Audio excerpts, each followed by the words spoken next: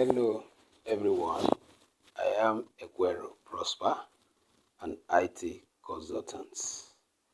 I'm a developer, I'm a data analyst and cybersecurity specialist. For a platform to acquire tech skills right from your comfort home without leaving your home, there is a platform called Digital. This platform is made up of professionals, including myself, with not less than 19 years experience in teaching. I have taught a lot of persons around Nigeria and the globe. Graduated a lot of students from web development. I've graduated a lot of students on data analytics. We have the following programs which we offer on this platform called Digital Hub. We offer beginners programs, intermediate programs, and advanced programs. Now, in case you want to know whether we have done it before, because at Digital we believe in action and outcome. Action and the outcome speak louder as far as we are concerned. So I want you to relax and hear these students sharing their experience. Good day, my name is Miracle Ngozi and I am a full stack web developer. I was trained with front and back end languages by Mr. Prosper Egwero at NIT Asaba. I want to use this opportunity to express my sincere appreciation for the irreplaceable learning experiences provided. Your commitment, tolerance, and skills have made a great impact on my growth and understanding. The way you elaborate concepts with transparency and experimental perceptions has truly strengthened my learning journey. I'm sincerely grateful for the guidance, encouragement, and effort you put in each lectures to make it enriching and engaging. Thank you for being a great tutor and counselor. Have a nice day. So like I told us last time, we are starting the main design this morning. So which means that we have ended the journey of learning the tasks individually. Now I assume we already have knowledge of the building blocks we are going to use to build the website. Besides that, there are still some tasks which we did not touch. So they are considered to be advanced tasks, which are expected to come in as we proceed with the designing section. So, but we believe that the basic tasks and some of the advanced tasks that we have learned so far, if we bring in this other tasks in between while implementing projects, we should be able to understand easily. So we are going to start with the website structuring. So that is going to be the first aspect we want to look at this morning. It is very important we understand what is website structuring, because you cannot start designing the website without understanding its structure. There is a standard way a website is structured, which we are expected to know before we proceed. So I say we are looking at website structuring. So if I'm to define what is a website structure, a website structure is talking about the design, the shape of your website. Now, the entire website you see out there is structured in a way that we have three main components. or sections, which you must know their representation, what each of these sections are representing. Now, don't forget that the whole essence of you putting the website together is to present content to the users. In other words, this user, you must be able to come up with a user-friendly interface. A user-friendly interface that will end up giving them a good experience. And that is where UI and US designing is derived from. So the responsibility of these people is to make sure that they come up with a standard pictorial representation of a website, considering the layout of the website, the coloring of the website, that will give users good experience while they are on that site. So we are also UI and US designer. So for every website you want to develop, always ensure that you bear the users in mind, consider their experience so that you will be able to present to them something that they will be happy of while they are in your website. Knowing fully well that the website is one of the main digital marketing platform. So if the products you are going to publish on that website for that client you are designing it for or for yourself, if the products are not well placed or they are not well arranged, that can discourage someone from visiting that site subsequently. And when that happens, it means that any update you give after the first time the person must have visited your website, the person will no longer access it. So that is why in a way of enhancing or designing a user-friendly website is the reason why you start from planning the structure in a way that it will be users-friendly. So quickly, let's look at the major components that makes up a website, and this component will form the structure automatically. So let me use this to explain. This is assumed to be your entire website.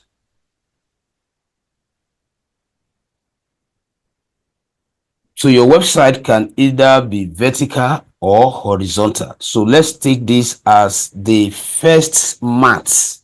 In other words, the first container. So inside this container, you will now have the different section. So like I said, each of these sections put together will form the layout. So and the process of allocating these three sections is what we call website structuring. That is the planning stage which you must engage. You must plan the structure of your website. So what we are saying is that the whole of this is assumed to be the website. So we can decide to say the topmost part, which is this section, is allocated for what we call navigation bar. Navigation bar. We can allocate the whole of this section for the navigation bar. Now, there is a purpose to this navigation bar. So the navigation bar is a horizontal or vertical menu that provides links to the main section of a website. I come again. The navigation bar is a horizontal or vertical menu that provides link to the main sections of a website. What does that mean? A website is just like your house. We have main doors that takes people to what other doors. And we need to understand that what we call the doors in your virtual house, which is your website you are about to build, represents links. So links are paths that walk users from one domain within your website or one page or one content within your website to another content. So your website is like your house. There is a main door that the user must go through. Then from there they can access other doors. And mind you, these doors are now the link that connects the user from one page to another. These doors are like the link that connects the user from one content to another, either within your website or outside your website. So there could be a link that when the user clicks on it, it takes them from your website to another person's website.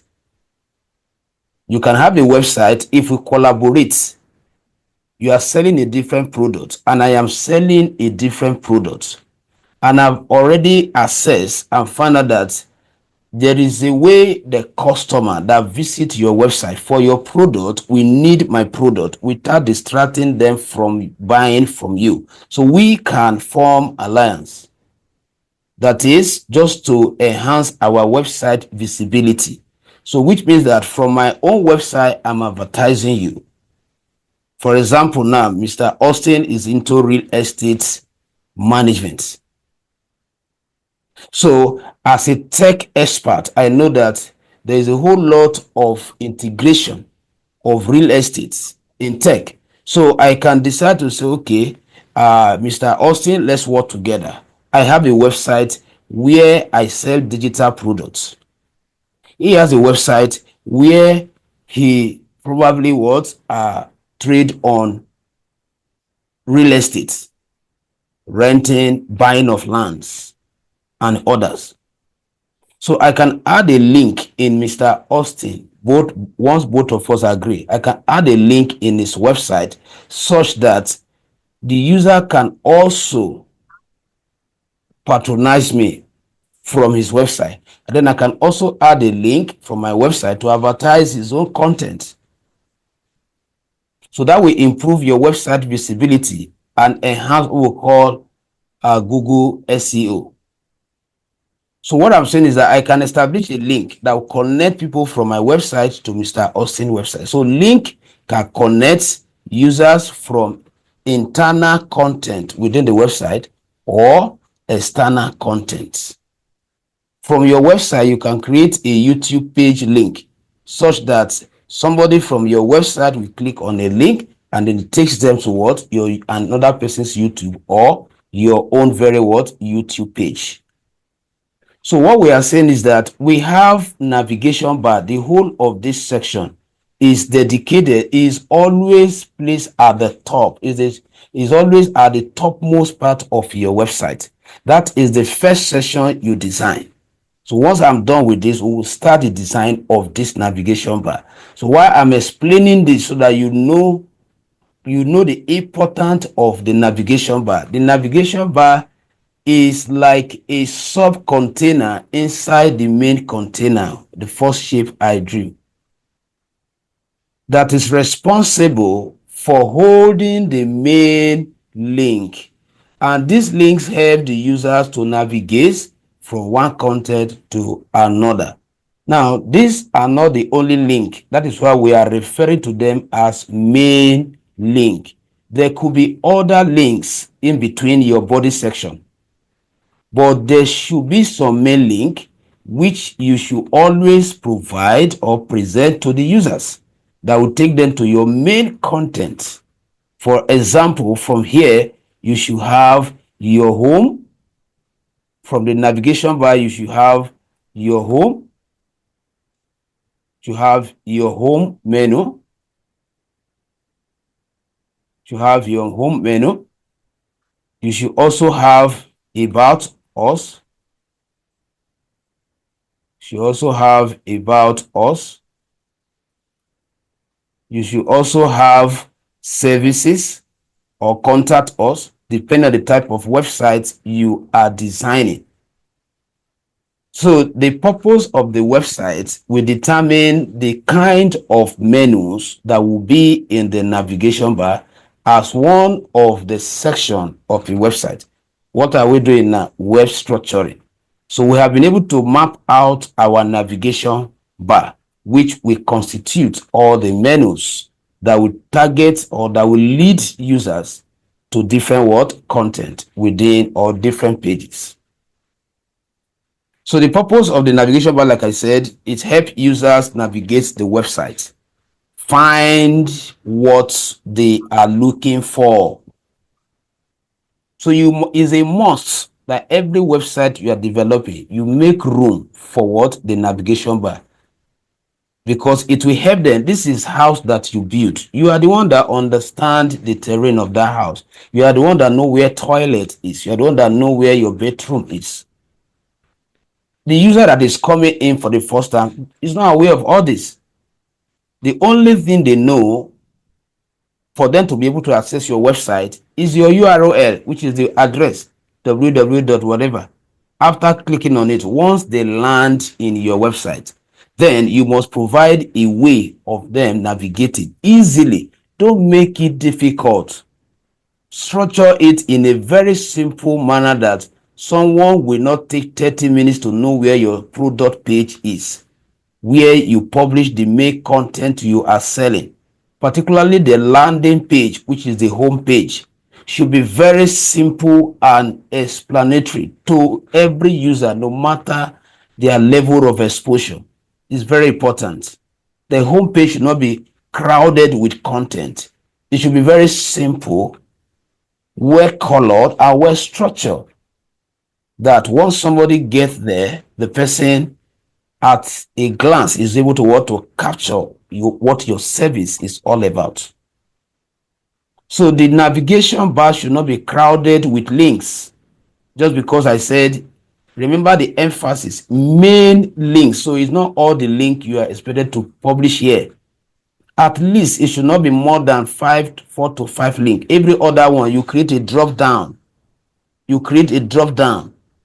So once it starts exceeding home, about, contact, service, maybe gallery, maybe bringing admin, maybe bringing customer, before you see, the whole of the navigation bar will be packed with links. And when that happens, it is not user friendly. So what you do is that once you have the first 4, the first 5, the rest, you create a drop down. You create a drop down that when they click on it, it will what? Bring out others, just to tidy up the navigation bar. It's very important you plan your navigation bar very well. So after the navigation bar, on the navigation bar, sometime you can also program some of your social media link, like Facebook icon can be there. That does not actually distract the menu. The only thing is that you don't write the Facebook as Facebook. You just use your picture, smaller images, so that they don't, crowd or overcrowd the navigation bar. Let's say you have your home here, you have about, you have contact, you have service, you have gallery, or let's say what, blog or more, and then here just give a little space and then put Facebook, your Twitter page, or your YouTube. Or you can at the same time place those social media at the footer, but it depends on the priority. If your main updating is happening in your Facebook, what do I mean? Every time you post your content, because probably you are considering the website too complex for you to be updating your content. Maybe you don't have a developer, so you don't want to be consulting the person every now and then to be updating for you. That will lead to extra charges. So you can decide to be updating via your Facebook. So which means that you would like them to access the Facebook page as soon as they get to the page. So in that case, there's no point of you are locating the Facebook or the social media icon at the footer, because if your content are much, then you will now see people that will not have patience to scroll down before they can see the Facebook. Meanwhile, the main activities are happening in that Facebook. That is why I said it's about priority. You can, list them here and also repeat them in your footer. So the whole of this section, which is always the last section of every website, it is called the footer. So the footer has its own role to play. That is where you publish some very important information like your return policies, your privacy. Most of those links should not be in the navigation bar. Somebody want to do business with you and he or she want to know your private policy or your data usage policy, because you are going to prompt them form to fill, and they would like to know what is your plan with the data you are collecting from them. Do you want to collect their data and go and sell them to hackers, or tell us exactly? That we call cookie. That is why when you open website, you say cookie, asking you to accept or to reject. In other words, they are following the global data protection law that states categorically what you should do. Tell the user what you want to do with their data. If they comply with you, if they still want to proceed and fill the form, then tomorrow if they see their data on any platform, probably you are using it for an advert, they will not feel offended. Just imagine, let me use this example. The other day I told you guys to go and review, to go and comment concerning our lecture via our website. That is permission. If by tomorrow now you wake up and you see me running any advert and I prompt, this is what Mommy Purity said about us. Once I mention your name, you will not be offended that I use your name because I took permission from you. So that is what cookie is all about. So those pages should be here. We call them quick link. Or most of the link, in fact, all the link you have, like home, about, those key links should be repeated at the footer. Because somebody might be at the footer and he wants to go back to what? To homepage. So instead of him or her scrolling up, you have provided a shortcut for him or her at the bottom. All these are under website structuring. So you are trying to plan where, what, and what will be that will be easily accessible to the users. That is what you are doing. Now, the whole of this session is your main body. Your main body. So once you subtract the navigation bar and the footer, the remaining section is your main body. Now, this main body is where you advertise the main contents. The main content, what exactly you want them to see, should be within the main body. It's very important. So this main body can now be further structured depending on you. You can decide to have item arranged 100%. That is, picture will span from here down to this place. Or you can say, okay, you are dividing it into two. It's your choice. So you ask yourself, if you have all the items, let's say I have 100% image, and then I have introduction to digital Z under it. That is what? Two rows holding different content. I can say, no, if this is a portfolio website, I have maybe an active image of digital C, and then I say something about them here. So you can see this is another concept. So you need to, even within this place, you cannot have another section. So depending Like I said, the home page should be very simple and concise. Go straight to the point. Don't crowd it with unnecessary content. At the end of the day, you put something. Maybe if your intention is to say everything here, there's no need. You can say something, then once you notice that the content is becoming too much, you put more. Then you now create another page that when they click, then to take them. Remember that your home page, you are capturing about you. You are saying something briefly, a very catching heading that will stick the client to that website and find reason to navigate to other places. So your home page is your landing page. Is the visitors, is the first page they access. So make sure that you have catching word, attractive words, and well or good color combination. That once they get here, they will see reason to what? To go to other pages. So you say something about yourself, very catchy, maybe not more than 2 lines. Acquired quality test skill from your home. Learn from the experts. You see those keywords.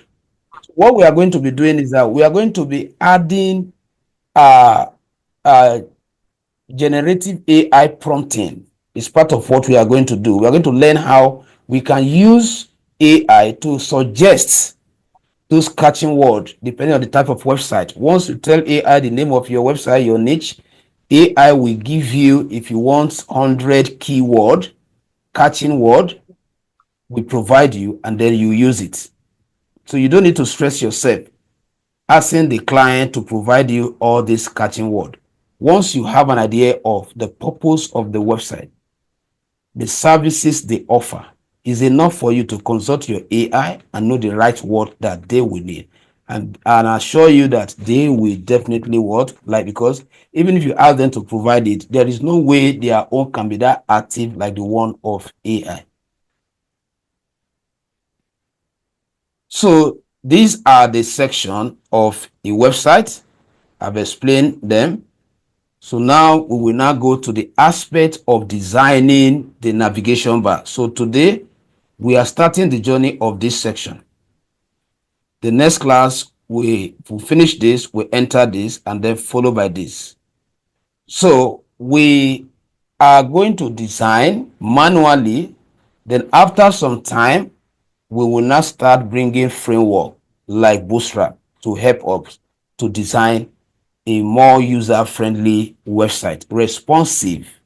When I say responsive website, that when they are open with all devices, they will fit to the size of that or those devices screen. But we have to start learning manual way of doing it. That is why we are in for this program. Then before we can start leveraging of frameworks. So quickly, I will then go to my editor. Or do we have any question? Quickly. Do you have any question on this structuring aspects before we go for the design of the navigation bar? Any question? Let's respond fast, please.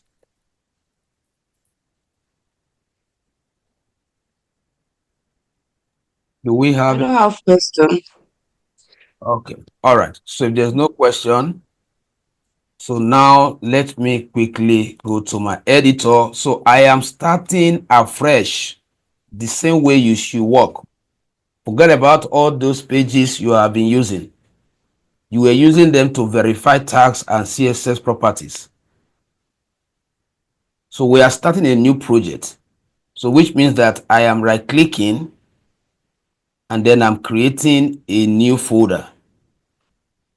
I'll name it,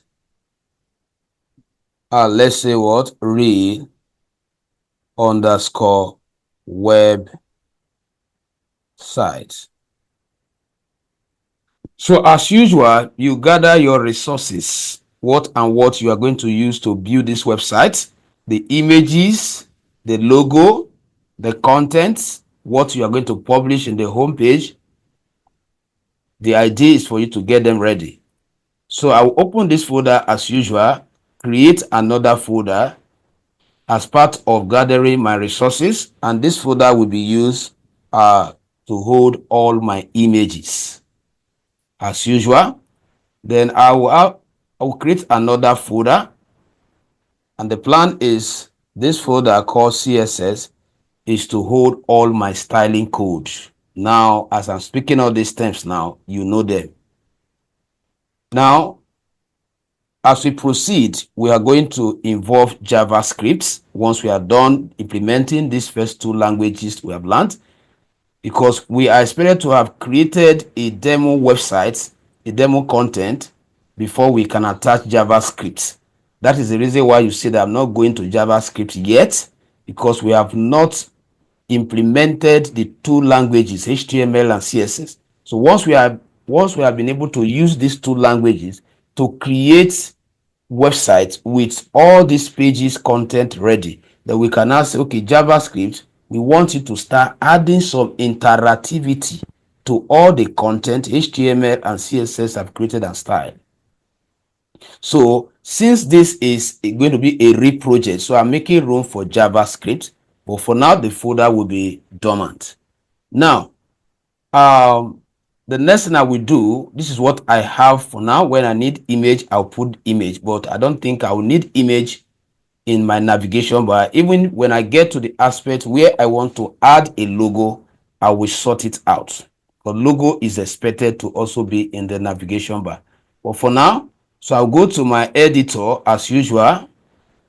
So most of these tasks we have been learning, you will see me applying them speedily without any other explanation. Why? Because you are already conversant with them. We have spent a month plus describing tags.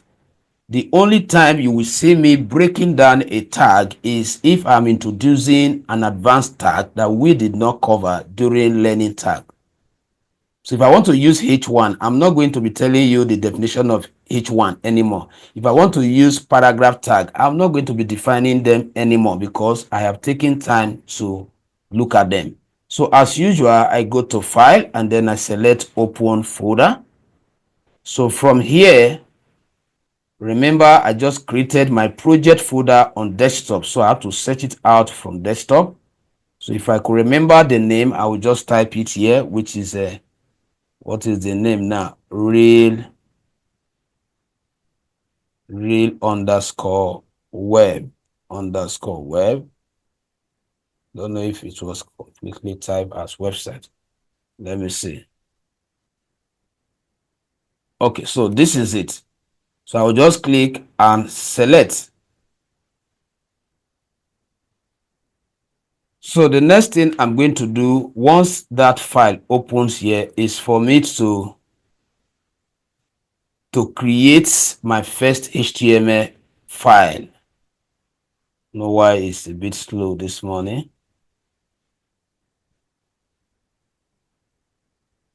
Let me wait for it to open.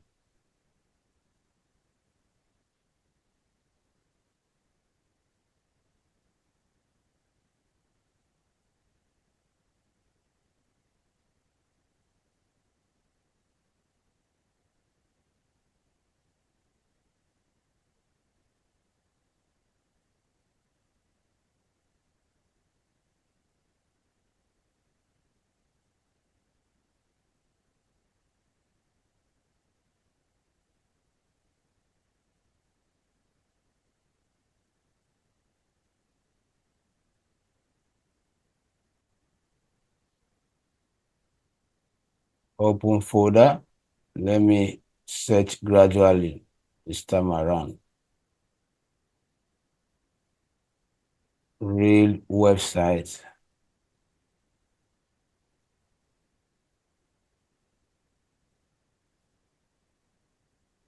All right, so this is my file structure. That's the first thing I should observe. Check my file structure.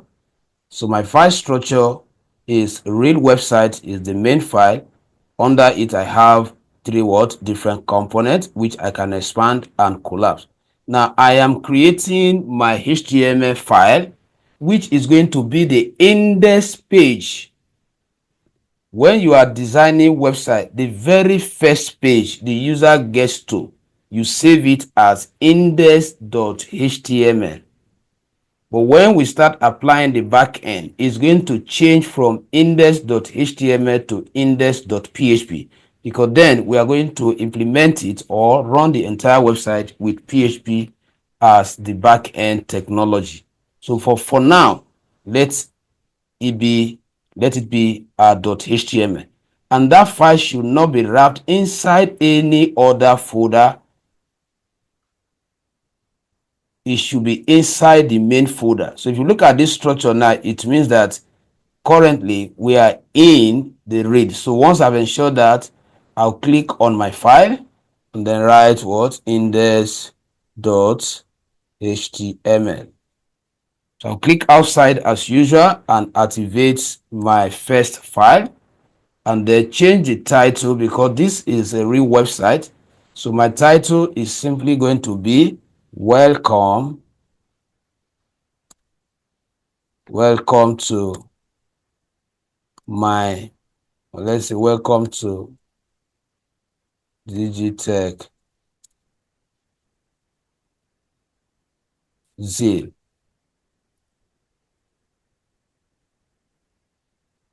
So now I want to start by designing the navigation bar, and I'm going to start with the HTML structuring. Don't forget, when we started, we said HTML defined the structure of a website. So these three aspects that we mentioned, the navbar, the main body, and the footer, we have to define these shapes with the HTML before CSS can come in and start what? Styling them. So the first thing I want to do is what? To design my navigation bar. Design navigation bar. So I can say navbar design, navbar design.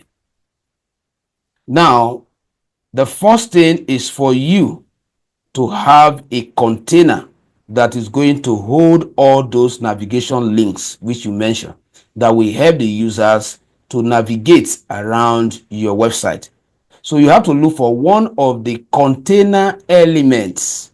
When we're talking about tags the other time, we mentioned that there are some that can envelope other things inside them. They are called container or grouping HTML elements. For example, now div. Once you call a div, you know that, okay, you want to wrap things inside. And the moment you want to wrap things inside, it becomes a container. So in this case, we are going to wrap links. Home will be inside the container. About us will be inside the container. Service pay, all the link will be inside the container. So you start by declaring that container. It can be any tag, provided is a container element or grouping element. But there is a customized tag that represents what exactly we are doing, which is what? Nav tag. So this is part of those tags that we did not touch. So if I use div for what I am doing right now with the navbar, sir, will it work? The answer is yes.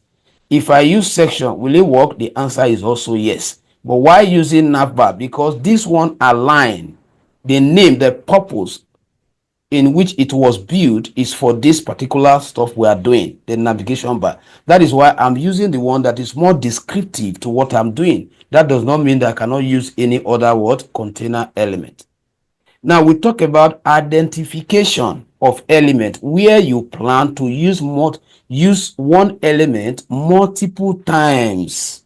You are expected to class it ID, because I've spoken about all this. Now, what is the guarantee that you are not going to use navbar somewhere else within this page? So when you are designing like this, you don't assume that there is no other place where I'm going to use a nav, so let me not bother classing it. What about if you mistakenly use it and you style it, you now see other things start transforming, you see things reacting, because you did not uniquely identify that very one. So for that reason, we are going to class it. I believe you know how to class by now. And I'm classing. When you are classing, please, this is a real project. When classing, try and use name that explain the purpose of that element. Why? What are you doing with this? This is for designing what? Navbar.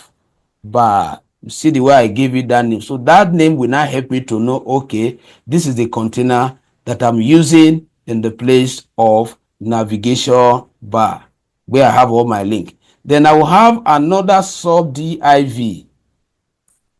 And there is something I want to do with this Navbar, with this div. So the class will tell me what I actually want to achieve with this div. This div is for navbar hyphen brand. By the time we start adding the content, you see it. Always use descriptive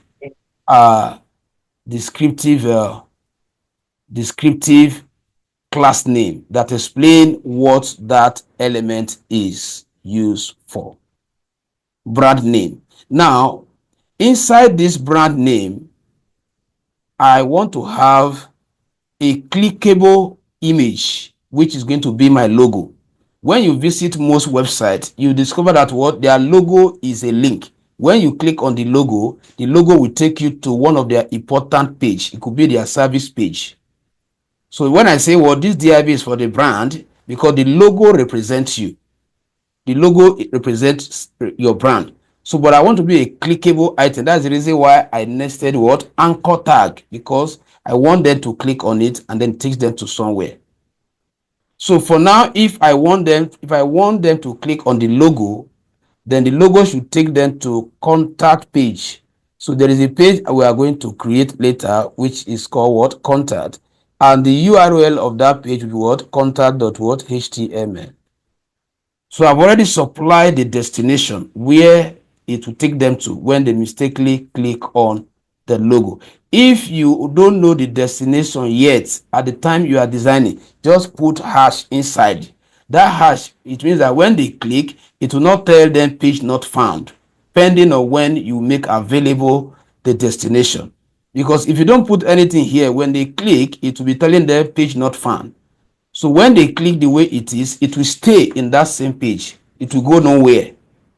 Instead of telling them what? Page not found. Or once you get the URL, you now come back and substitute it. So for now, let me assume that I don't know the page where I'm targeting. Then the logo will now be here. The logo, if it is an image, then it means that you will nest image tag, because you want to supply a picture, and then you will call the image. Remember that at the moment I've not added any logo inside that particular image tag. So right now I'm using a write-up as my logo. You can actually design a write-up as your logo. So what I'm going to do is that digitz hub. So I'm going to use letter D, letter G, digitz, then hub. So I'm using this as my logo. So if I'm using this as my logo, I am going to design it in CSS such that this will carry a color different from what this other two. So I'm going to use my logo to deplete my two main favorite color. So for that reason, it means that I will now remove this and add what? Span. Add span tag. I'll space and type what? Span. That span means what? Overflow. Then I will now put what? The Z and the H inside the span, while the D is directly inside the anchor tag. The reason is that so that I can talk to them. If I want to color this D, I will use anchor tag. If I want to color this ZH, I will use the span inside what? The anchor tag. So that is the idea. So you can see that the role of this div ends here. That is why I class it as what? Brand. So it's either I use my logo there or I use my name there. Okay, now you come outside it, and then you declare your UL all the way from the tag. We talk about listing tag the other time, where I mentioned we have order list, we have on order list, and then we have definition lists. All these I've explained them. You can go back to the video or you grab it once and for all here. Now, why did I created the UL? The UL is going to act as a container that will be listing the navigation links. The home, about, all of them will be inside the UL, because the UL, the UL is a listing tag, is a tag that we use in listing item in a website. So I am going to class it. I told you classing is very important. I'm classing it based on the intended purpose. What is the purpose? This is going to be navbar space navbar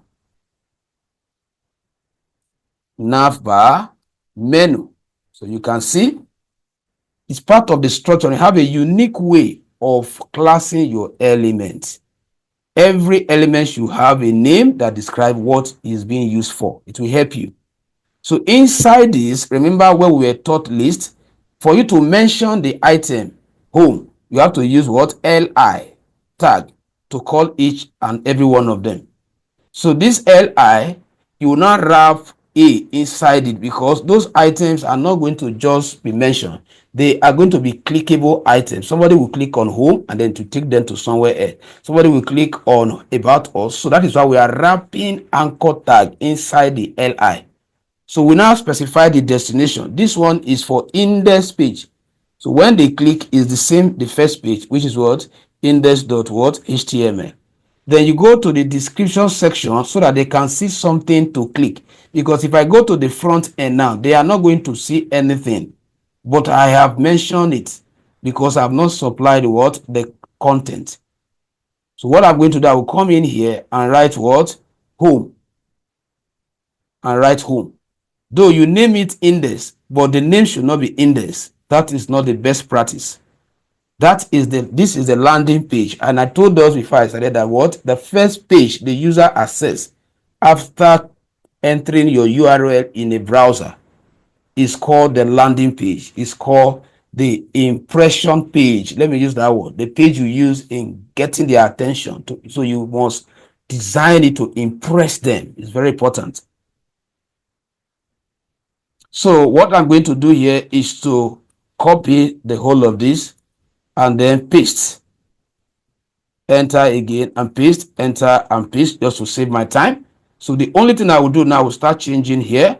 Here is going to be about. And please, when you are writing your link, don't use capital letter to write it, or you can use capital letter to write their description. About.html. So here we change also to what? About.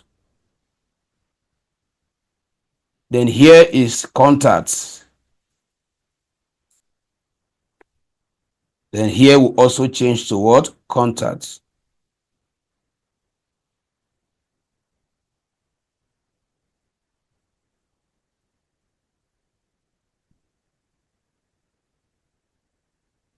Then here we change to maybe service.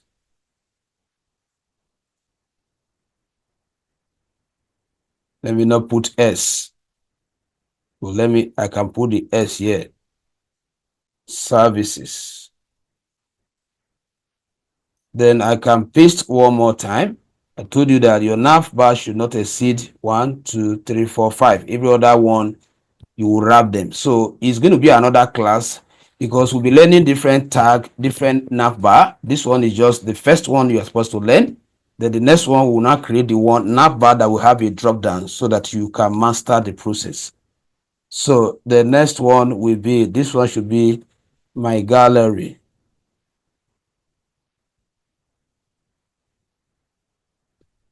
My gallery, where I'm going to showcase work done, what I've done. So let's go to the front end and check. I don't know why I did not put the other time. Okay, so you can see our structure. You can see our structure right now because we have not involved CSS. So once I'm done with that structure, we are still in the navigation container. Okay, so because we want to add some toggle, the what we call toggle, We are considering responsiveness when somebody open, because at the end of the design, let me give you the expected output. The expected output is that this name will be here, all this home will come here, about will follow it in line, not block. All this will be arranged horizontally. Now on laptop, the user will see all of them arranged horizontally. Then if the person now reduce it like this, person now reduce the page to this, which is expected to be mobile phone size. What will happen? All this will collapse. So the way they are listed now will be the mobile view, but there will be what we call hamburger, something like this. They will call what we call hamburger. So once the page is collapsed to mobile size or a smaller size, you will see, sorry, leave, don't mind my line. You are going to have something like this. We call it hamburger. So once it comes on a smaller device like phone, all this link will be collapsed inside here. Now to open them up for you to see them, it's called a toggle. So that is what I'm about to design now. Just want us to understand it. So that is what I want to design. And that will come outside the UL.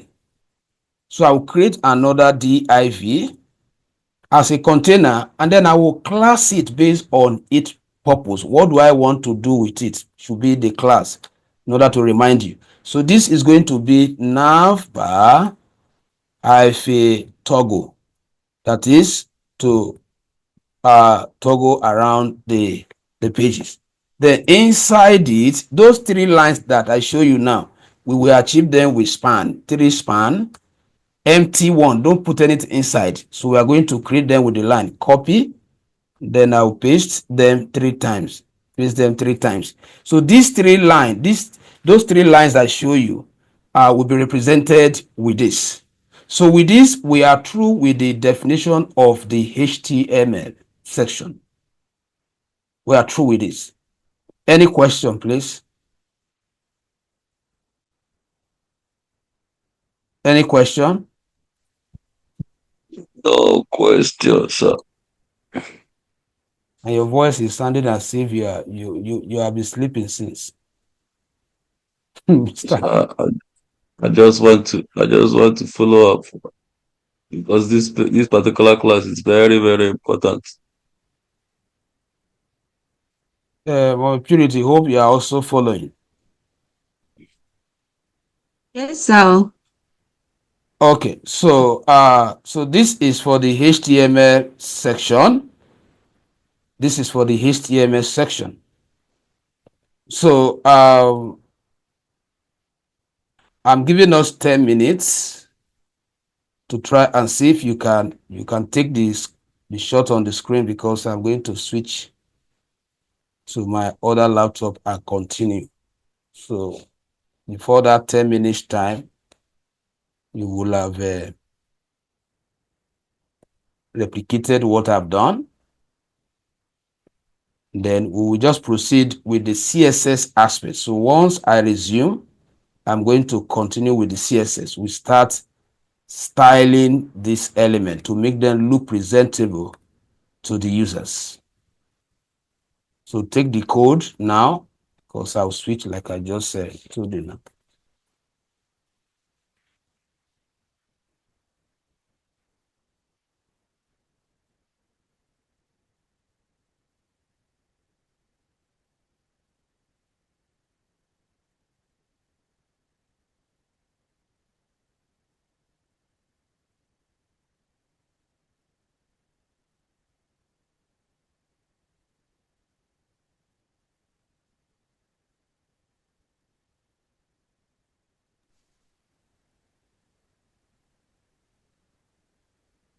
Go back to where you created the folder. Yeah. Yeah, created And folder. Where? at your desktop, if the root file. Okay. Let me see what you have there.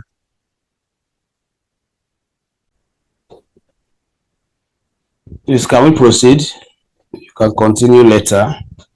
So let me just look at the CSS aspect.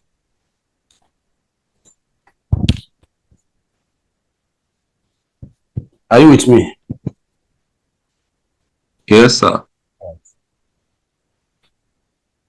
So if you look at the outcome of the HTML structure, this is not presentable to users.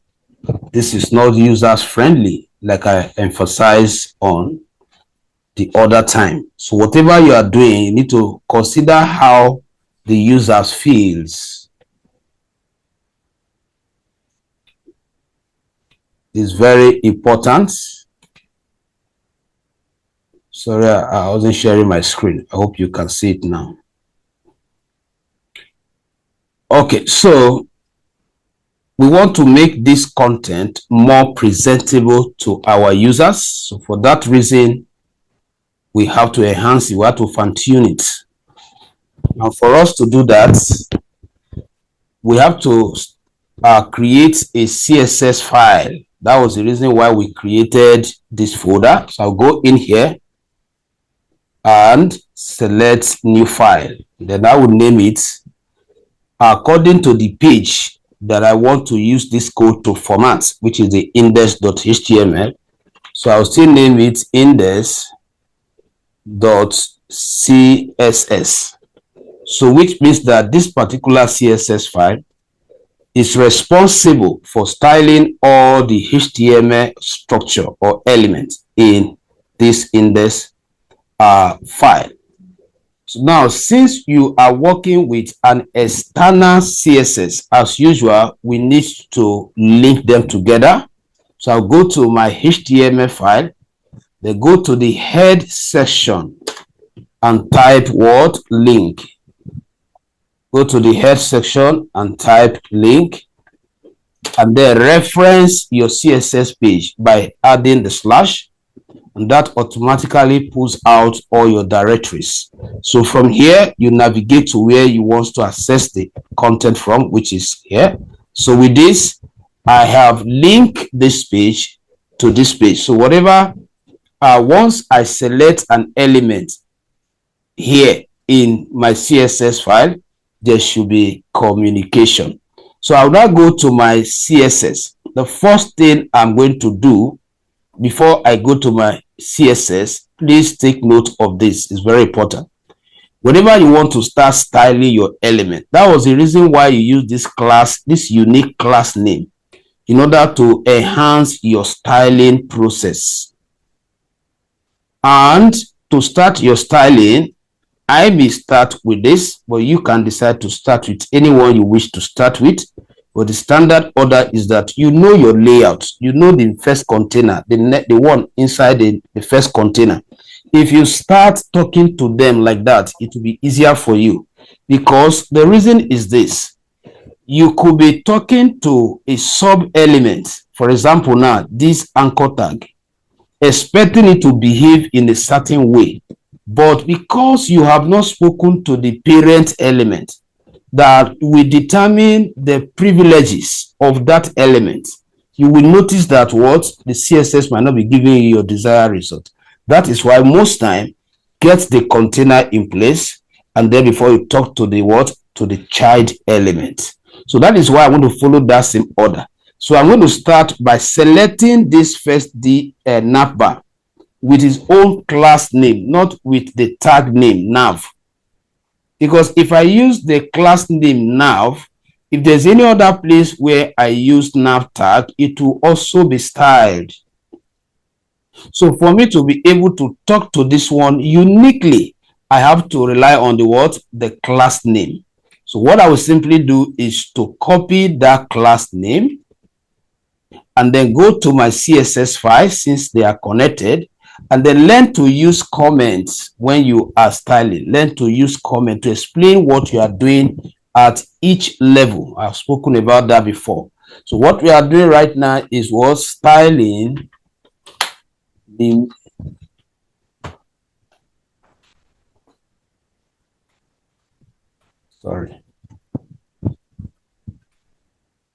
styling the Navbar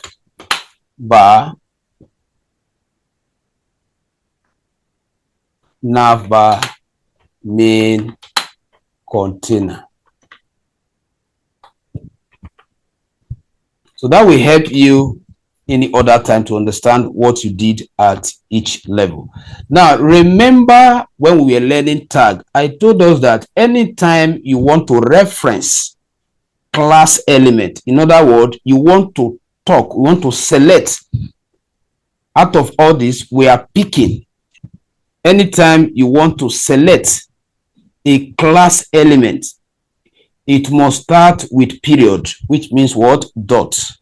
So I will now paste the name that I copied, then followed by the declaration block. And then you expand it because you are also grouping some CSS. So that is why I told us then that the declaration block is to group CSS properties, just like the way you use your div or your navbar to group other elements. So once we have done that, I want to start with the background, color of that navbar, because I want it to stand out. I want it to be unique. So the background color, I will use what we call hexadecimal method. You know, I told us then that there are 3 ways we can actually reference color in CSS. It's either we call color by their names, where we know the names, or we use RGBA. That is red, green, blue, alpha. And I told us then that the alpha is for opacity. That's what, to reduce it, to transparent it. So here now, whenever you see a color code starting with hash, it's called hexadecimal. Then when you now put number or letter, that would calculate a color. Now look at this color. So I will go to the front end where we are previewing, then you can see the outcome. Now, because you are a beginner, you don't write all the CSS property before you check their outcome. Once you write one, come to the front end and see the impact of that one. That will encourage you to continue. It is only an expert that know that what is writing is making the impact intended. So the expert may not want to be coming each time, but at your level now, you cannot write. Imagine I write all the CSS property here. Maybe after this, I write another one. After this, I write another one, and then go to the front end to check. How will I know the impact of each of them? So at this level that I am practicing, that I am learning, once I call a CSS property, I should find out the impact so that I will differentiate what changed from the previous appearance of that element. So the next one is the color. All these are properties you are familiar with. Color, I'm still using hexadecimal. And I'm calculating another color, FFF. That will give me another color. Color is the right top color. So if you go to the front end, you will see that what? The color have changed. But that color that you call is not affecting all or any of the write-up. You know why? Because you are talking to the main container. Those things inside there that you expect their color to change, if we go to the HTML, look at them here. The only thing that is expected to change are those elements that does not have their unique styling. All these, they are children of this that you are talking to right now. That is why you are seeing that most of them are not making impact, because the way it's programmed is that is the parent element. So the children are expected to have their own unique styling. So peradventure, when you are done with the design, none of the, or maybe one of the child elements do not have its own style, can now inherit. That is based on the structure. If, for example, I want us to understand, because this is the first time we are applying it. Now, supposing all this link that we are seeing, they are directly written here. not wrapped in another container. As you call that color on this now, they will have taken that color. But right now, there are other parents presiding over them. For example, now we have the UL presiding over this. That is the reason why the color I give here did not automatically what affect them, despite that they are all inside the what the parent element. So these are some things you need to know. So the structure of your code in HTML determine how your CSS can communicate.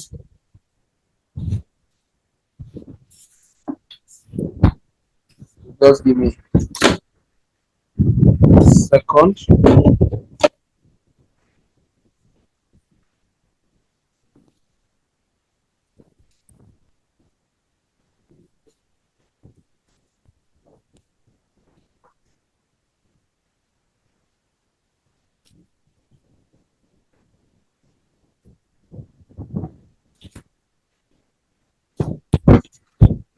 So, all right. So I think I will try to make a valid point there, which is very important we understand. So if I go back to my CSS now, and then I say padding. Padding. Remember, we have spoken about padding. But let me re-echo it because I know some of us missed some of these classes. I told us then that every element should be seen as a box element. Now, if it is a box element, then if it is a box element, let me show us what I'm saying. Let me try and illustrate. For every HTML element you create,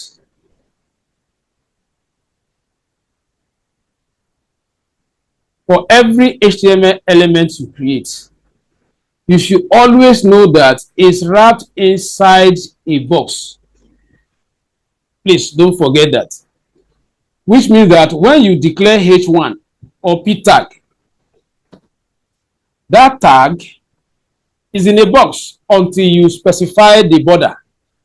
That is when you will know that what is actually what in a box. Now, if every element is in a box, just like this, now we are saying that this LI is in a box. We are also saying that this span tag is in a box. In other words, we are saying that for every element you define, you are automatically what? Wrapping it inside what? A box. So if it's being wrapped inside a box, then there are some spaces you should be talking about. The space between the contents is going to generate and the borderline. On the inside, it is called padding. It is called padding. Why the space? Now remember that this is another element. I want us to understand this very well. This is another element. The space between this element and this element from the outside is called the margin.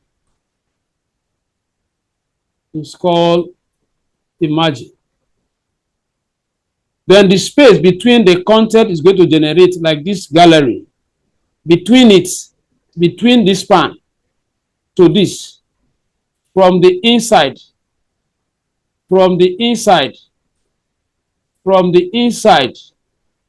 is called padding. So anytime I call padding property, you should know the space I'm talking about. It means we are seeing all the elements as what? Box model. They are molded inside what? Boxes. And that's why you are considering the space between the contents and those boxes, and the space between the boxes and another what? Element on the outside. So now when we say padding, now you understand. So padding, if I say 1 EM, so this EM is a unit. It's a unit, just like the way you have PS, the way you have inches. So if I go to the front end and check, most of this, if you don't start having direct impact, it is because you are talking to the container. When you start talking to the to the child element, you will see everything falling in place. Let me refresh to be sure that we are waiting for the parent element to respond. Now, the next element, the next property is display. A content display is for positioning of item in a container. So when you say display and you say flex, if I go to the front end now, you can see there was an adjustment. There was a kind of movement, which means that what right now, all the categorical content inside the main element, they are now going to be placed vertically. Okay? So that is what you just did now. Let me go to the structure, because sometimes you have to be picturing the structure before you actually know what is happening. Inside this main container, we have this one that we use in defining the brand, and then we have just two things inside the main container. You know, right now we have three things, but we are not seeing no content yet. So the ones we can see are the ones we wrap in this div called navigation brand, where we have our logo, and where we have our UL holding our links. So right now, if they were all displayed inline, you have automatically make them to display what? Flesh. Let me add images to that folder. I think I need to expand this concept of flesh so that you know it very well. So let me see if I can just add some pictures quickly. Let me add some pictures. Let's say I have this.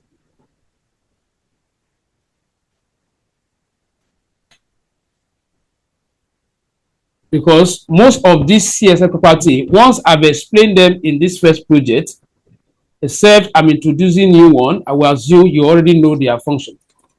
So I need to explain this flesh concept because it's very important. It's one of the introduced.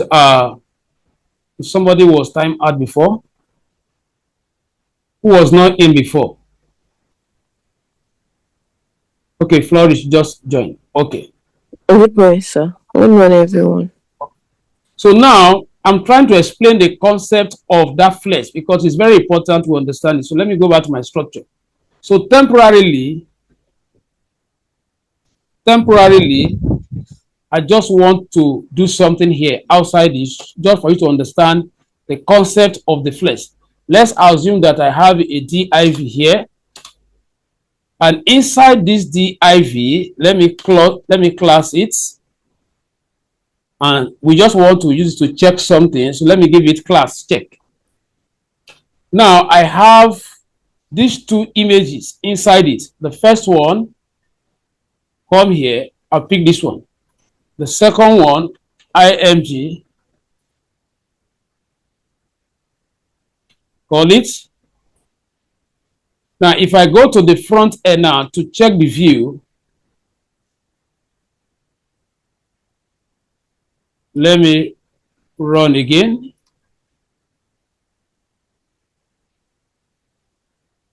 Now, you can see that what? Based on the size, the two images are displaying 100%. But let me go to CSS, or let me just from here width them. Let me width this one to 500 ps. Width this one also width to the same 500 ps. And then go back to the front end again. Why this is timing out. Now you can see the two pictures are displaying inline side by side. Now, if I increase the size of this picture in a way that this first one will take the maximum space and therefore not allowing this one to use the remaining space, because the width of the second one is definitely what higher than the remaining space. So this one will now be forced to go under. Now, let me do that now so that you see it. So let's say I increase this first one to 800 PS, and then I go back.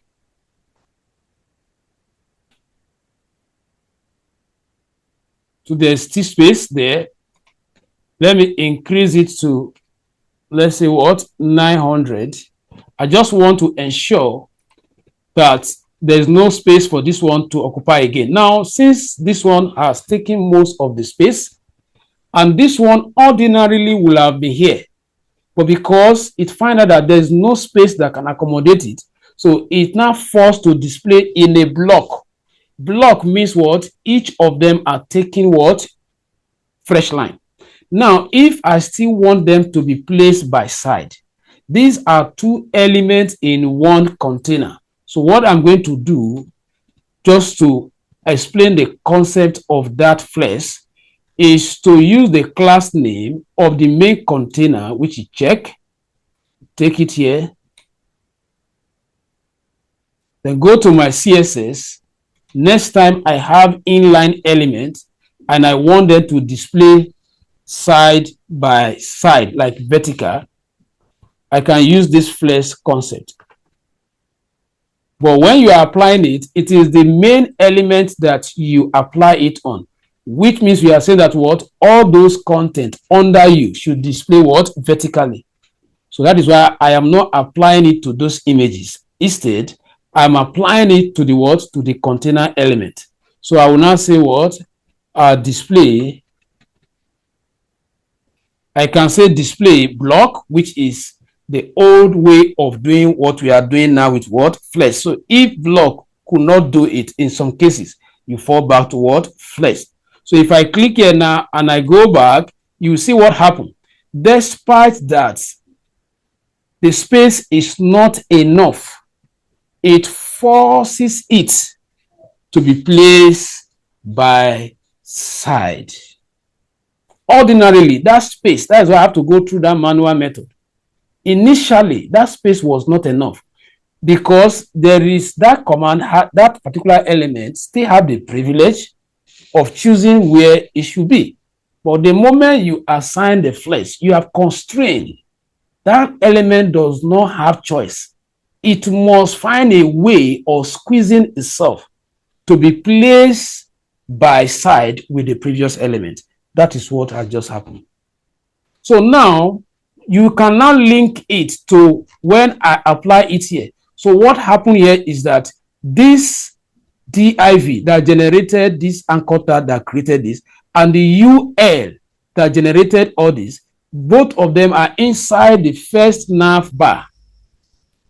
Okay, they are inside the navbar. So when you say display flex, that means what? Each of the containers should be vertical. That was the reason why you notice a kind of slant movement.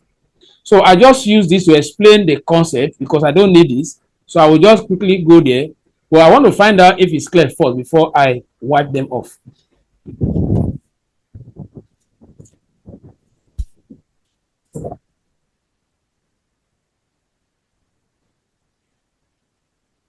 Please, I want to know if the concept of that flex is understood by everyone before I proceed, please.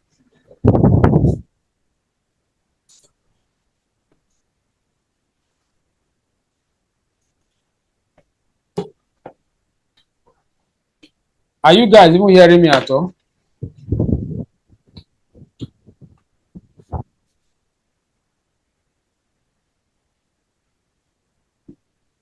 Flourish, can you hear me? I can hear you, sir. But nobody is responding now. Okay, so let me assume that we are all okay. Mommy Purity, are you here? Yes, sir. I'm here. Whenever I ask question, let's be fast about it. Are we clear or we are not clear? One person to just unmute and say, We are clear. We are clear, sir. good, so that I can continue. This is a virtual class. I'm not seeing your faces, so I need to know what is happening there. Okay, so now we now know the reason why when we added the words, the display flex here, so we know what happened. So now I am taking off this because I only use it to explain a concept or the concept of that. So I'm also taking off this. Now, if I go back to the CSS, sometime when you want to confirm, when you want to know the contribution of any property you add, always do something like this. Just come here like this, comment it out, and go and check the front end. Then notice the changes. Now, I want you to pay attention. You can see that this dot, dot, dot, which is the on order list icon or marker.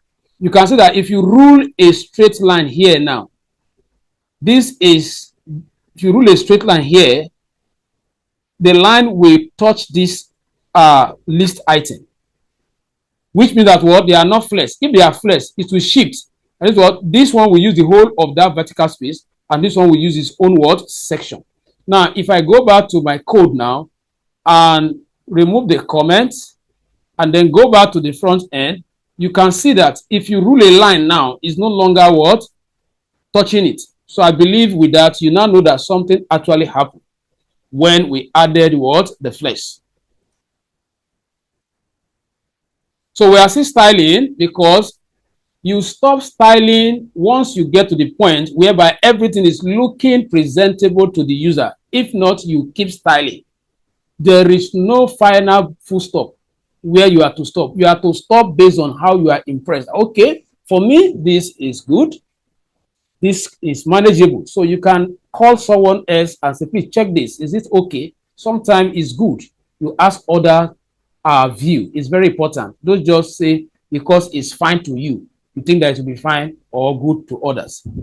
So this is not presentable yet. This background color is contradicting this color. So I have to continue styling. So let's go back to our CSS page and see if we can enhance those content more.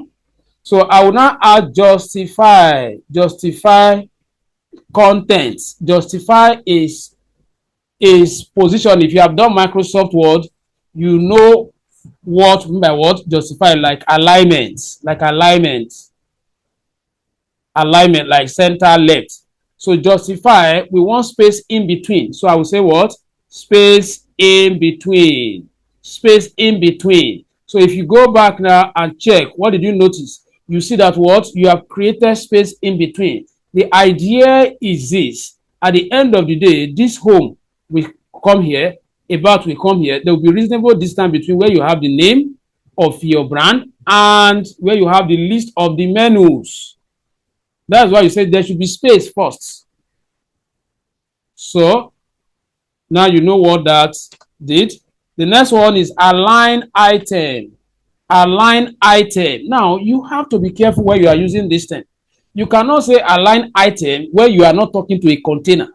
Let's go back to our HTML. The element we are talking to now is this, is a container that is holding item. What are the items that this element is holding that you want to align now? Brand, which is div, and UL, which are all the lists. So you cannot come to this anchor tag now. Maybe you are styling this anchor tag. You are not saying align item. It's not a container that is holding things. So when you are using this property, there are some that can only be used when you are talking to a container. There are some that can only be used when you are talking to the individual element. Okay? So align item center. Center. Now we go back to the front end. Let's check. Center. What did you notice? You can see that was initially this text was at the top. Because at the end of the day, we would like this list horizontally. And then when we trace it like this, it should be on the same alignment. That is the reason why we are bringing this down. Align item. Center. That is horizontal. Will I say horizontal alignment? That is vertical alignment. So for now, I'm done with the container. I want to talk to the next element. And the next element I want to talk to is my menu. Sorry, is the brand. I want to talk to this element. So we have finished spoken to this. We want to talk to this.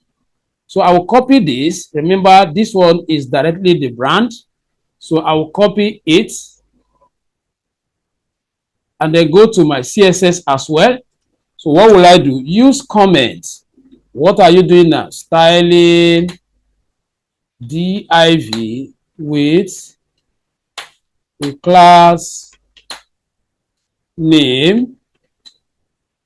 Styling div with a class name.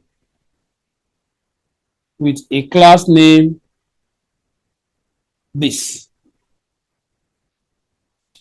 So period, because it's a class element, and then you open your declaration block.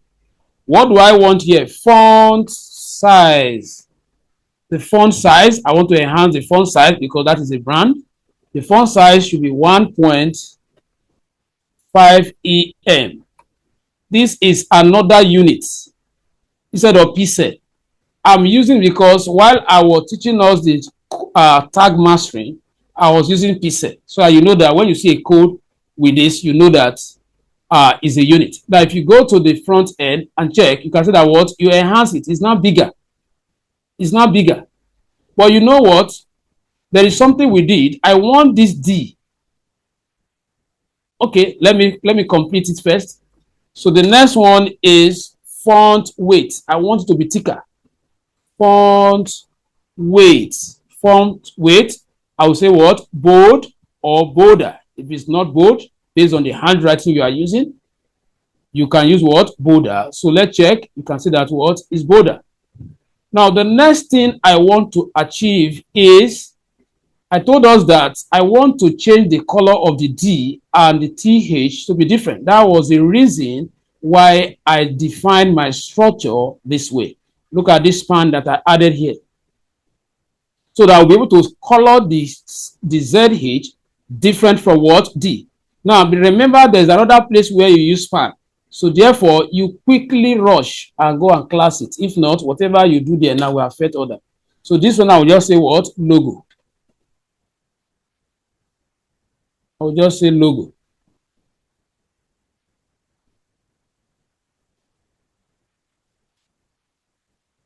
Now, this very one, I will use the color here to color all of them. For example, now, because I'm talking to the main container, so I will just say what? Color. Color, the company color, let's say what? White. So if I go to the front end now, the color did not affect it because of your structure. So if you want to give it color, then look at how you are going to reference it. We are going to say what? This, and then A, which means that we are talking to the anchor tag inside the div. So I will change the URL if I want to change to color it. I will change it like this, dot, this, then space, I will say A before I open my bracket, which means that at the moment you are talking to the child of this. That is why you call the parent name, and then before you now call the child, so that the color I want to give now will not affect this anchor tag, because this one, they are children of UL. So if I want to reference them, I have to call UL before I say A. But because I say what? The div class before A, it means I'm talking to this. So if I go back to my CSS and I do that color that was not working now, should be able to work now. So if I go back to the front end, you see that what? I've been able to what? To target it. So what I did now is called what? CSS combination, selection combination, where you use the parent to talk to the child under what? The HTML code modeling. Now, but what I want to achieve, this ZH should have different color. So when I'm talking to all of them, I will use their parent. Right now, D is a child, is a content under what? A. This is a content under A, but is in another sub element. So I will use this to talk to it. I want to talk to only the what? The ZH. Control C. And then I come here. Because it's a class element, I will also paste and then do the same. So I will say color. So I can just copy this. Control C. And then paste. And then hover on it and change the color, let's say to good, just for experiment. Then you can see that what I'm able to talk to them differently. Now I want to remove this underline that came as default. I will use the parent element to remove it, where I was talking to all of them here. So I'll come here, I'll say what? Test decoration. Test decoration, I will say what? None. So if I go back to the front end, then I have removed that underline. So just to help us, here you were talking to, here you are styling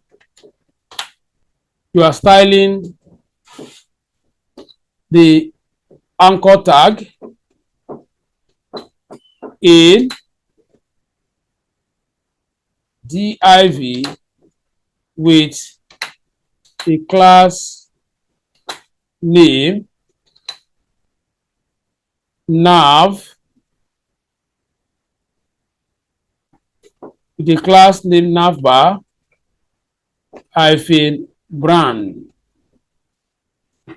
In case you get the video, so you want to know what, then here you are talking to, you can actually copy your comment if you think bringing it is difficult. You can just come here and paste, and then just highlight the content section and write. Here you are talking to what? The span tag. So here you are styling only the contents of span tag with the class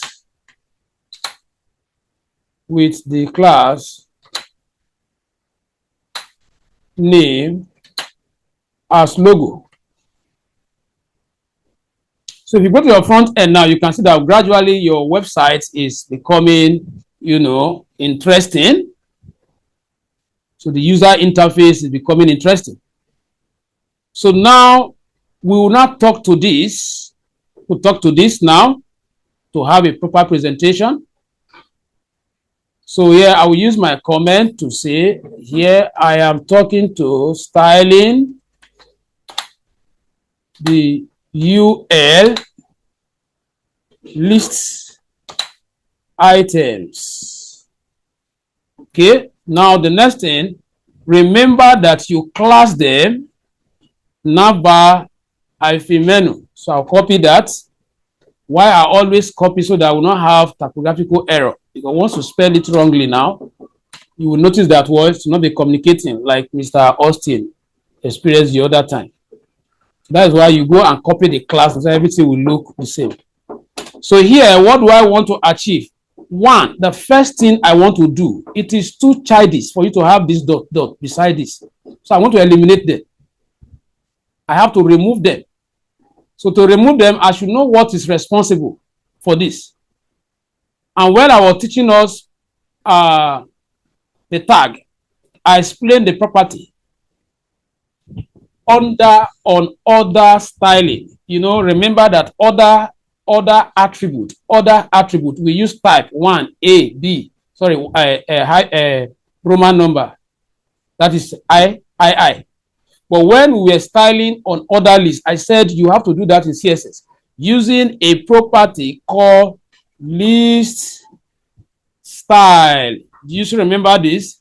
List style. Now, because we don't need them, I will simply say none. If I go back to the front end, they are gone. They are gone because it's not user friendly for you to be having those dots. They are too, childish, so you have to remove them. So the next thing I still want to do is margin. I want some space, margin between them. So I'll go back to my, you see, each time I finish applying one, I am going there. If I'm working as a professional now, maybe I'm working for a client, I'm not going to be doing this. But I'm going there because we are learning so that we can be seeing the impact of each one. So when you are coding letter, please do the same thing. It will get to a point whereby you can just write everything blah blah blah blah blah here, and then by the time you get to the front end, you know what you expect to get. So now the next one is margin. Remember the concept of bus model I just explained.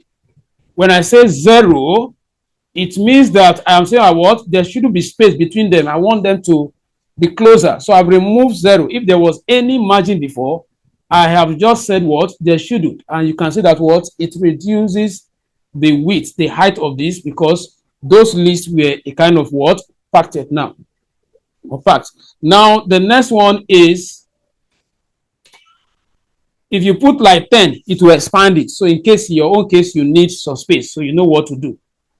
And remember that instead of me saying margin left, margin right, I just simply said margin, which means that what? That 0 applies to what? The first side, the left 0, the right 0, the top 0, the bottom 0. That is why you notice that what? There was an adjustment from all the side, because it deleted margin from the gallery from the bottom. That is why this shifted up. And all this also shifted. So the next one I want there is padding. I don't also want padding space, so I will say padding 0. Is a choice. If you want, look at it. If you want padding, you can add. So while you are practicing, sometime you deliberately, those places I'm putting 0, put like 10 and see what you get. Put like 5 and see what you get. So that you know that all these are not fixed, depend on the kind of user interface you want. So this is what I want. Your own, you can say, okay, there should be space, there should be margin, there should be padding. Okay, so now I want them to display right now. Please pay attention here. That same flex is coming here. Flex is coming here. Why? Because right now they are displaying block. They are displaying vertical. So if I say display flex, what all each of them will not take what? Vertical space. That is what about us will take its own vertical space. Contacts will take its own vertical space. Service will take its own vertical space. Gallery will also take its own what? Vertical space. So by so doing, you will end up arranging this horizontally. You see the logic? Because right now they are displaying in one column. Now you want each of them to take column. So now what I will simply do is to come here and say display and then what? Flex. So if you go back to the front end, watch. You can see. So the only thing I'm going to do now is to add space between the LI that generated each of them. So we are gradually getting what we plan to get. They are merged because the other time you say what? Margin 0. Sorry, padding 0. So if I want space between about and what? Sorry, home and about, what I will simply do is to talk to another element. And what is that element? What is that element? Here you are going to be styling, just to short it, styling the what? The LI items. So what is responsible for spacing them is what? The LI item, not the A, not the main container. So here, how do I select it? So I will simply copy it, copy this very one, Control C, don't worry, we are about ending up, and paste. But because it's a class element, I will add what? Dots. Then what we are saying is this. Let me go to the structure. What we have been talking to since is this. Now we want to talk to what? The LI that is holding the anchor tag that generated what? All this that we want to what? Space. So what we are saying now is that we have called the parent and then we want to call what? The LI. So in my CSS, I will say space and then I will simply say what? LI before I open my brackets, which means I'm referenced in case I have another LI. CSS will know which of the LI you are talking to. which of the LI you are talking to. You are talking to the LI that is inside a container with a class name Navbar hyphen menu. So what do I want there? I want margin, and the margin is not from all the side. I want margin from the right hand side. Look at it here. I want us to understand. I want space between home and about us. It's not from the left hand side. It's from the right. So there should be right margin. I don't need left. I don't need up. I don't need down margin. That is the reason why I will not say just margin. Instead, I will be specific. I will say what? Margin right. And I will say I want a space of 20 PS. So if I go back to the front end now, check what you have. Perfect. Now, the next thing I want to do, I want to talk to these tests themselves. The tests themselves, the home, the about us, their color, and I want to stop the underline. So how do I talk to that? Very simple. Styling only the anchor tag.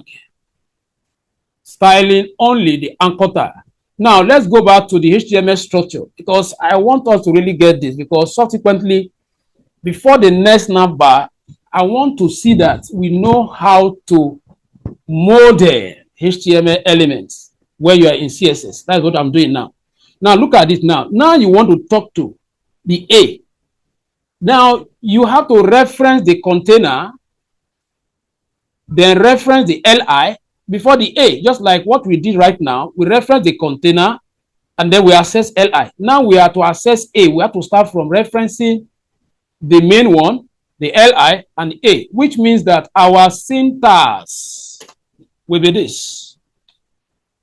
Our syntax will be this for us to access that A dot, then I will space LI, I will space A before I open my declaration block. Very simple. Now I will simply say, so I can use this also, or I can just use this. It will still understand it, depending on. So let me try this option. If this does not understand it, then we will now reference what? The LI. Because after all, we don't have another level of A. If you have another level of A nested inside another container, inside that inside that what? Navbar under hyphen menu, then you have to put what? The LI. So that we know which of the A in the LI you are talking to. But right now, we only have what? One A's in the LI. That is why I'm using this. So I will just say color. Color. So I'm using the same hexadecimal. I decided to use this throughout because we are familiar with the other one. Probably the next class, I'll be using the ROGBA method. So here, the color I want is that FF, because I'm considering my calculation to blend with this. This is user interface design. Use color that is friendly, that will not stress the user to see your content. So the next thing, I want to stop this line. To stop this line, if not because of time, I will have asked one of us to tell me the property I'm going to use because I've used it before. So that is what? Text decoration. Under text decoration, so that you will not think that every time is underlined, you can also say overline. Maybe that might be the style you want, because you come across some sites where you see them having line at the top of the menu. This is overline. But what I want is none. I don't want it. I don't want it at all. I don't want it. So I'll simply say what? None. I will say what? None. I don't want, so everything will look very neat. Now, the next thing I want to do here is that I want hover effect. When the user hovers on these menus, it should show this color. You see the combination now. I'm not saying it should show red, because I know that if I say it should show red as hover effect, red is off from everything I have here. So when they touch here, it will change to this, and the background color should remain this particular color. It will combine. So what does that mean? As usual, I will not take this selector again. Just give me the next 5 minutes. I know that we have things to do, but I just want to end it. So now I am going to do something like this, and then I will do column. Remember, we have talked about hover. Then I will now add what? Hover. And then before I open, you cannot declare your hover effect in the actual effect. This one you create here is the one they will see when they log in. Then when they now take another action by touching, that is when they will see what you are about to program. So I will just copy this and paste it here because of time, and then change the color, like I said, to what is the color combination? Let's say this. So on hover, if they hover on it, you can see it now. So I did not get the color, so I can go and check the configuration I used for this, where I spoke to this span, and copy it and paste it. That will solve it. I think I can quickly sort it out. This is it here. So I can copy this configuration here. Take this if you want to get exactly the same thing.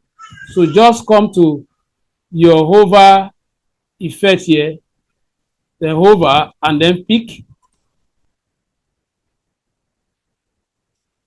I use ROGBA. So let me copy everything. Let me copy everything. So I can just come here and then go back to the front end and check. You can see it, the same color. The same color. So quickly, we are almost through. Quickly, we want to talk to those. We want to talk to this now. We want to talk to this because this is where we are now. We want to talk to this. So the next thing we are going to do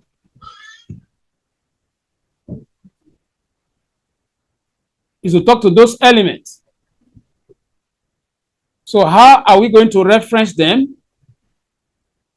We are going to reference them. Let me copy this because they are all inside the main container.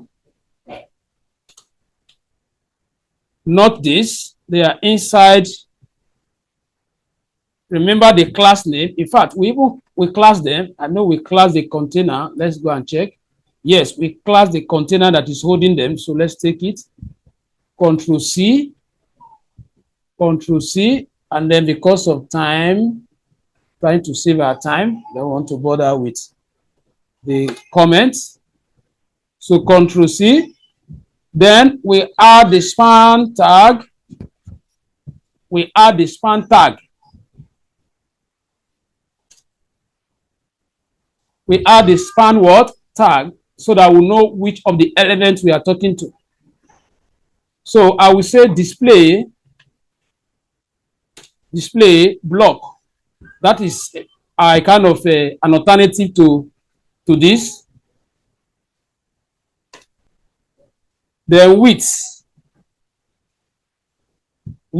I want 20 ps what? Width. Then height, because it's going to generate the hamburger, those 3 lines that I told us the other time. So I will not want them to be 100%, so 2 ps. Then the background color, where I'll be having that, we maintain one of the color we have used. We are trying to combine the color very well, which is this. And then the margin between each of them, that is margin button. There should be space between each of those 3 lines at the bottom. Margin button should be just 5 ps. So if we go to the front end and check, let me remove this. You can see it. We have generated them. You can see these are those 3 lines. We call what? The hamburger. So once we reduce the website to mobile size, this is what they are going to be seeing. It means that when they click here, they will not see all this link. So that is the part that is remaining now. That's the responsiveness, such that we will program it in a way that once the website is toggled